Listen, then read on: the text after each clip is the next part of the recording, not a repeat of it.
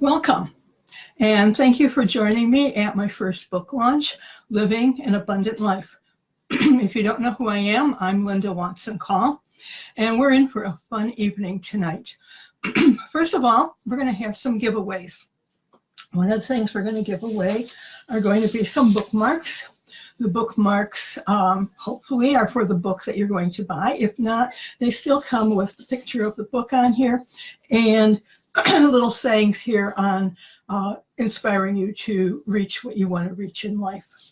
The other thing that we're going to have giveaway are book plates. And I'm going to talk to you about what book plates really are, but this will come so that you can have an autographed copy of my book. Since I can't autograph copies virtually, this can go into the front of your book. And lastly, we will give away a copy of the book. Now, I realize this is not the book. With the shipping and everything else, the books did not arrive yesterday as planned. They should be in probably tomorrow. Little background about what I've done. This is my second book in the past year, but many years ago, I was known for my computer books. I wrote books on the Atari and TI-99/4A. Actually, this was the last word, the TI-99/4A book. The machine went away after that because of the changes in the industry.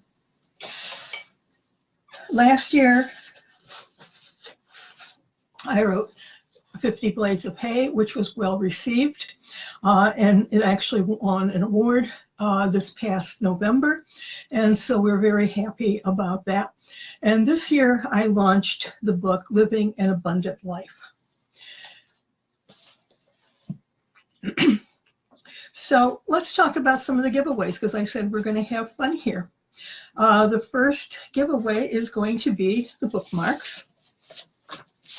And you win them, but everybody wins them. All you have to do to get a bookmark is to share the post on my page, my Linda Watson-Call author page that I put up about an hour ago that talks about the book, and it has the link to Amazon.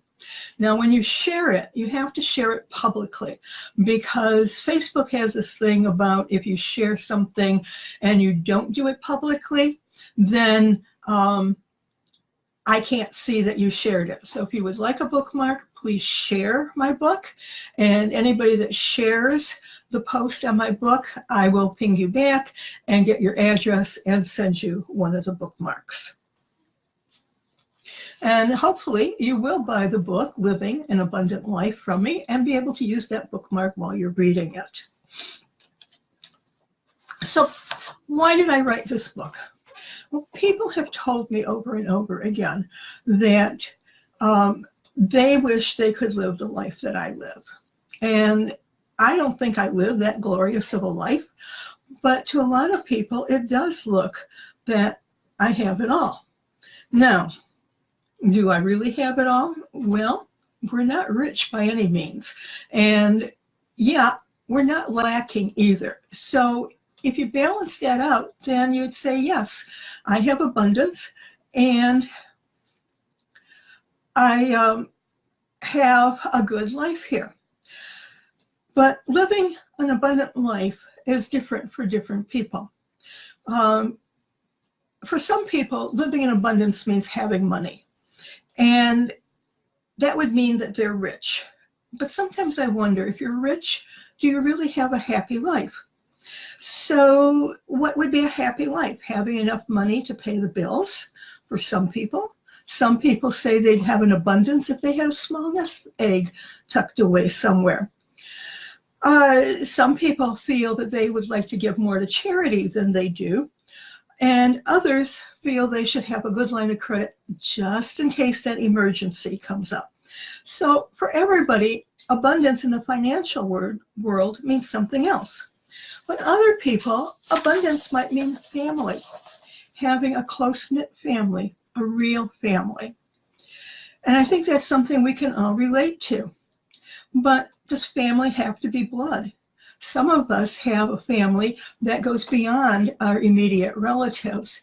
And We feel in abundance because we know that we have people we can count on if something goes wrong or if we need them. And they also know that they can count on us in any occasion. So that's abundance for other people. How about a home? A home would make some people feel that they have an abundance. A home with heat or air conditioning, or food on the table, and even more food in the pantry. A roof over their head that doesn't leak, or not having to share a room or a bed with a sibling. That is abundance. So there's many different types of abundances, and I just gave you a couple examples, but I think you understand. I don't write about how to get rich because I don't feel that rich necessarily is abundance. I feel that abundance is having the things that you need when you need them. And I did write the book to get yourself up to the next level. And then the level after that, and the level after that, until you can say, this is the life that I was meant to live. I did write this book for people like you because I was in your situation. I wasn't sure if I could support myself and my daughter. I wasn't sure that I could get the job I needed to support myself. And I wasn't sure if I ever knew what I really needed to be happy with myself or to have a positive effect on other people. One of the things that I talk about in this book is the principle of visualization. Visualization is seeing for yourself what you want for yourself. You're putting yourself into that goal and you are seeing it. You will read this several times in the book. To always be in the present, to always act as if this was real. So here I am in corporate America, and I have a goal, and the goal isn't only my goal, it's the goal for my entire department. So let me read to you from the book on how I put visualization into effect. I was working as an instructional designer at a major corporation at a time when computer-based learning was still in its infancy. There was no internet. There was no online courses. The only way to train employees was through classes that they held at their location or a central location. Training consisted of lectures, demonstrations, practice exercises. Actually, I think there's several companies that still do that today. I had designed and implemented computer-based training at other corporations, and I knew the impact it could have on this particular business. I made it my goal to introduce and implement computer-based training in this company. I gained the attention of a few managers and was asked to put in a presentation for the executive of our division. The goal was to implement corporate training enterprise-wide.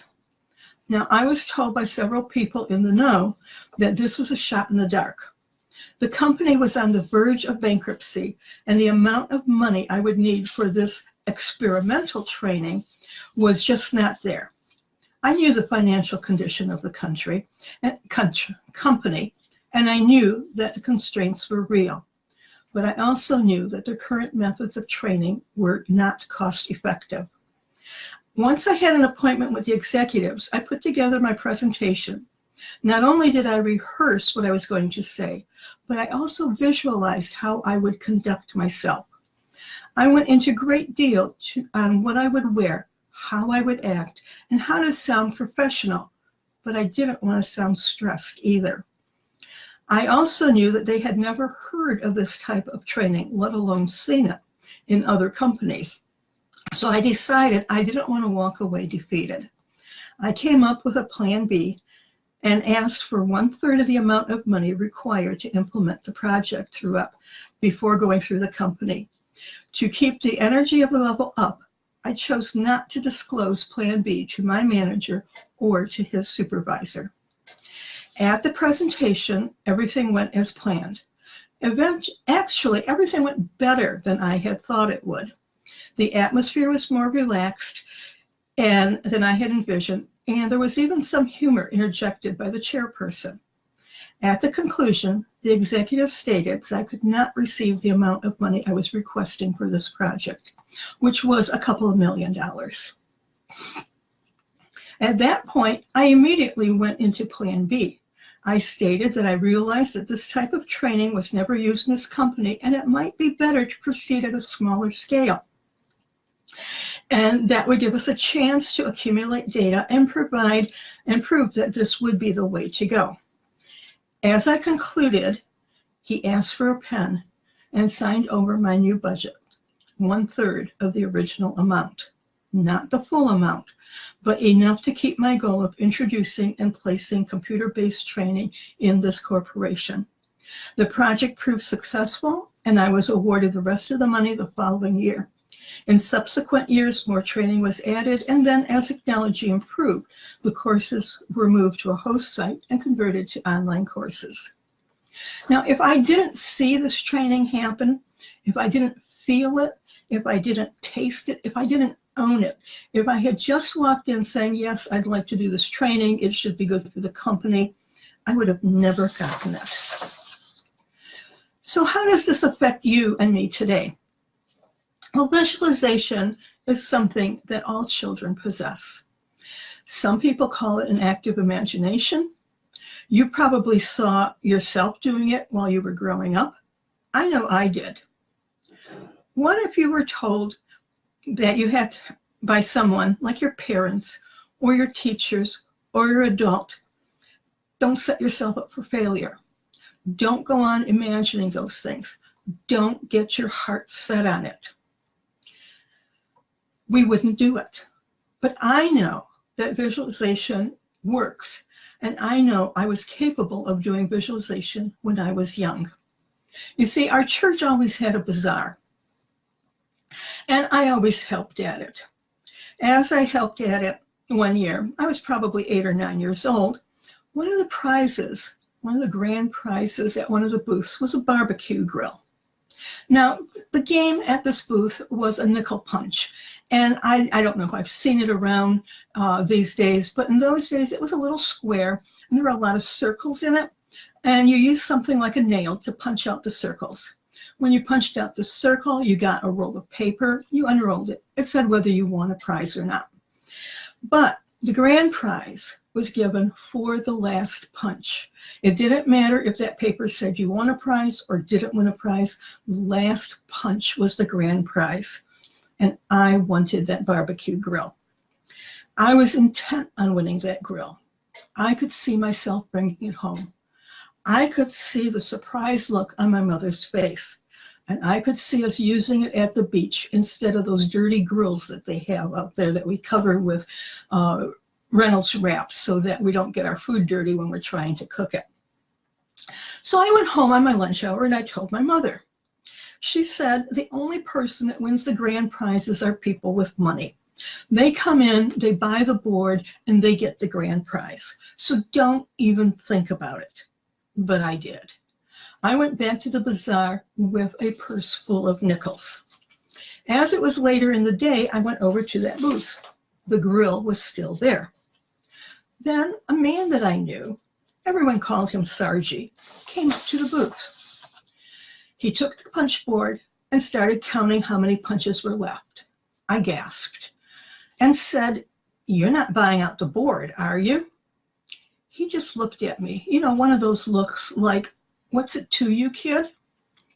But I went on to explain to him that I wanted the grill, we needed it for our family. He put money down at the table and started punching. My heart was in my throat, but I didn't leave. I just stood there. I didn't know what to think, except I want that grill.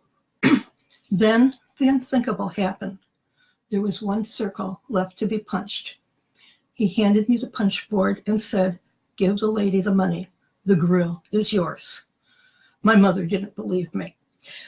I still had a hard time believing it as I brought the grill home. But I'll tell you, we used that grill for a long time. But what if I had bought into what my mother said? What if I had just walked away when Sargy came up and not said anything to him? I would have not had that grill, and it would have proved that I shouldn't visualize and look at things, then act as if I really had them. But tell me, why do we buy into what other people say? We know what we want. We can see ourselves, and then at the last minute, we quit short. Conversely, a few years ago, my daughter was 18 or 19, and I was getting well versed in these principles, especially visualization. My husband and I were leaving for an afternoon meeting. And as we were walking out the door, my daughter walked up to me and said, "Would you like to see Neil Diamond when he comes to town?" Well, that's a silly question.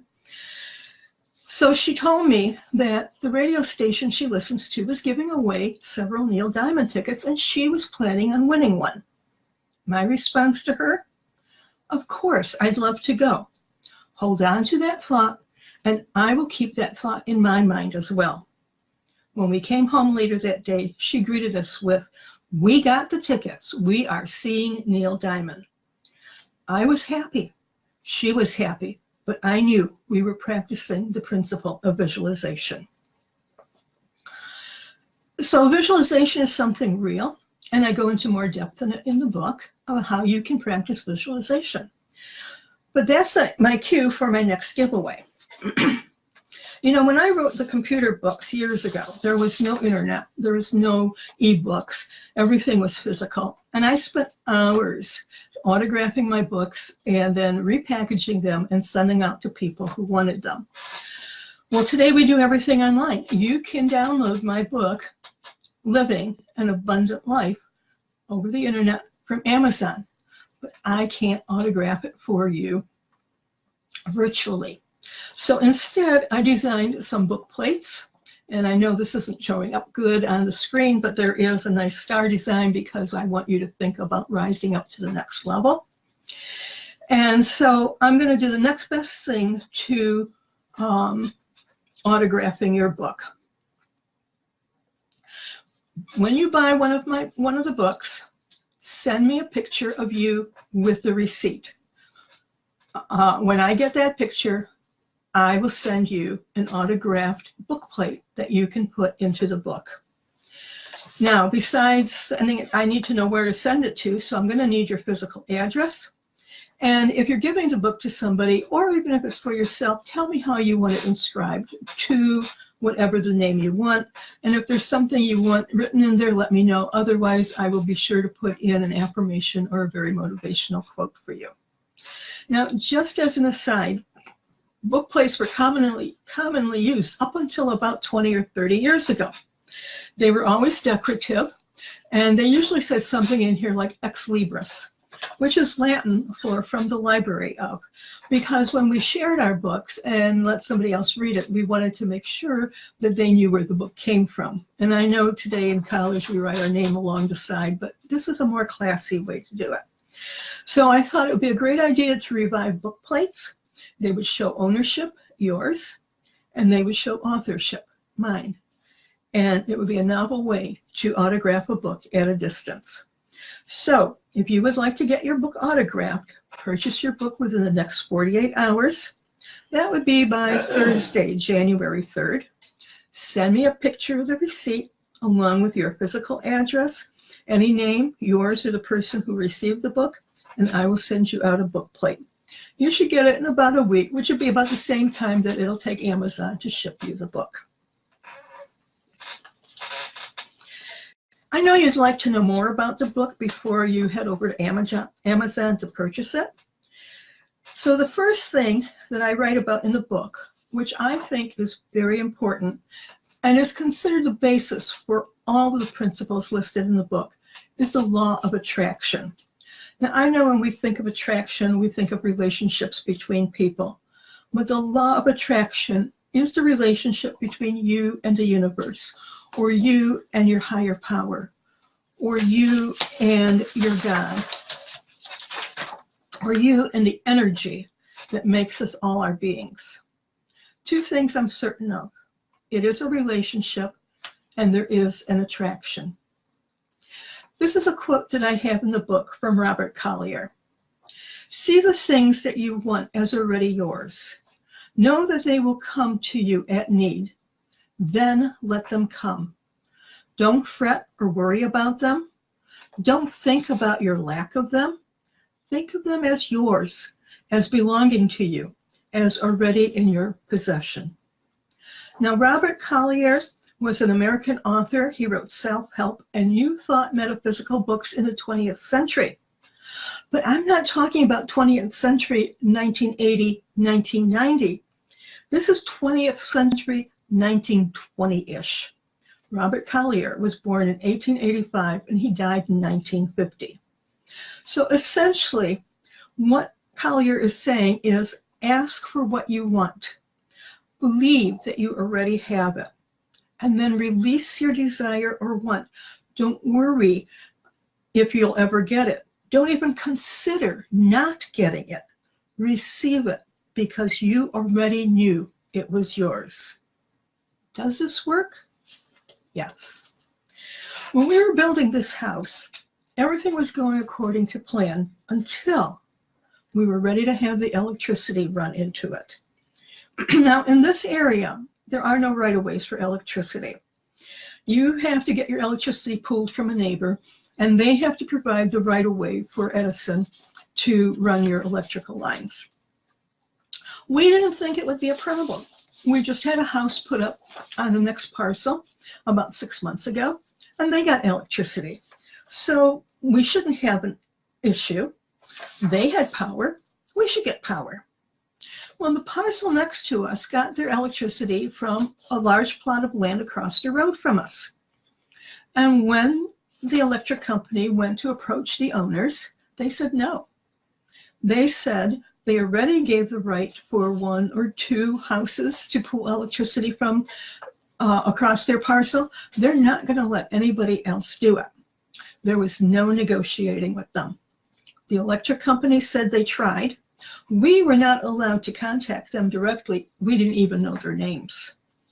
The builder couldn't proceed on finishing our house without the electrical line being run. Our house was at a standstill. The time to start making payments on the building loan was getting close, and we still had another house that we were making house payments on. At this time, we didn't even know if we could finish the house.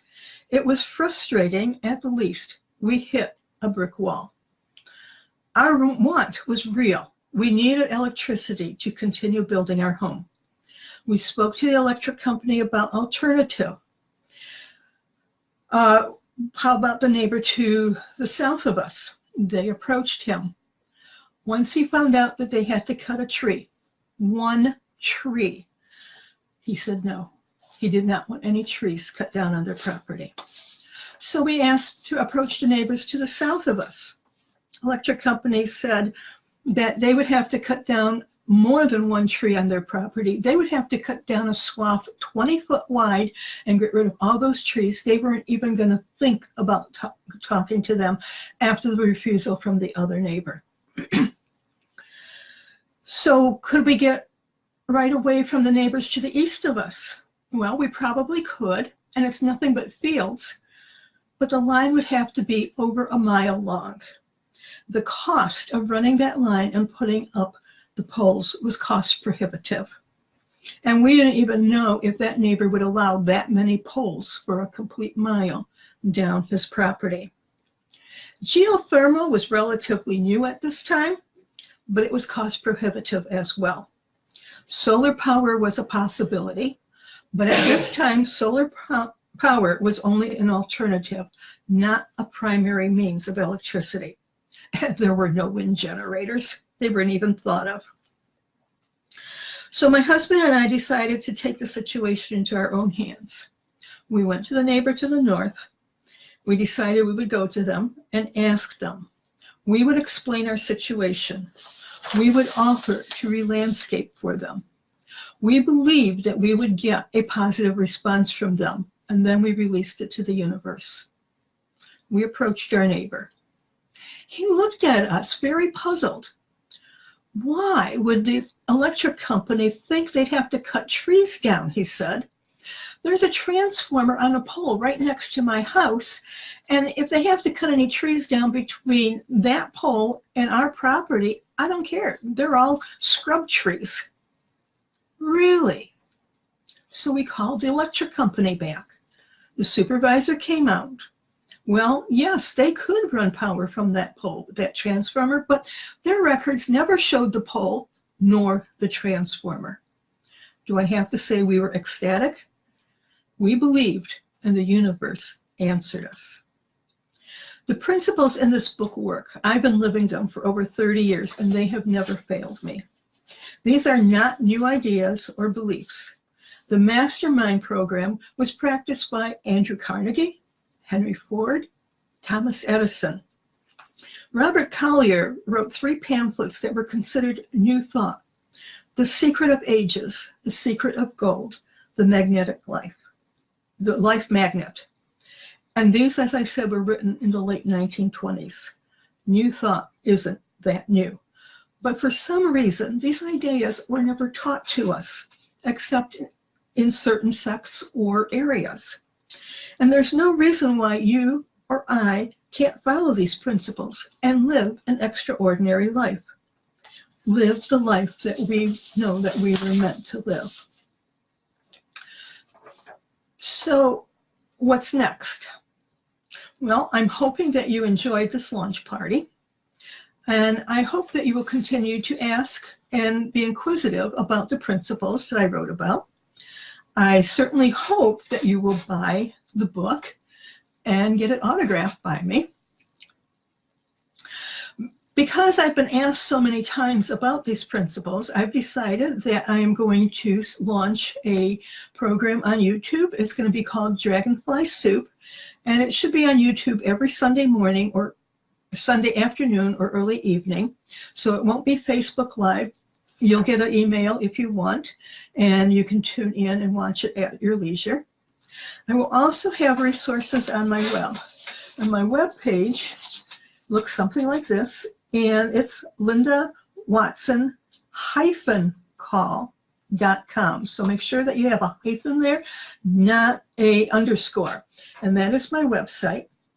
And I have been writing the motivational and inspirational articles for probably the better part of 6 or 7 years. And I will continue to write them on my WordPress. And you can find me on WordPress at lindamwatson.wordpress.com.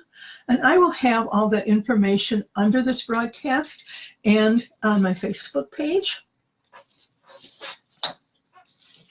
If you have any questions, feel free to message me on Facebook. I will answer you personally. But if it's a question that I feel that more people are asking or more people would like to know, then I will answer it directly in my links, not using any names or real descriptions so that we can keep your privacy. And we're ready for the final giveaway. My final giveaway is my book, Living an Abundant Life, which Amazon should have to me by the end of this week. Don't ask. But to get a free autographed copy of this book, you need to message me within the next 15 minutes and just say, I'd like that book. The first person to send me a message, I'll get right back with you, get your address and everything you need to get that book. Thank you for watching. Be sure to turn in for Dragonfly Soup on Sundays and more articles about living the life you're meant to live on my blog. Thank you.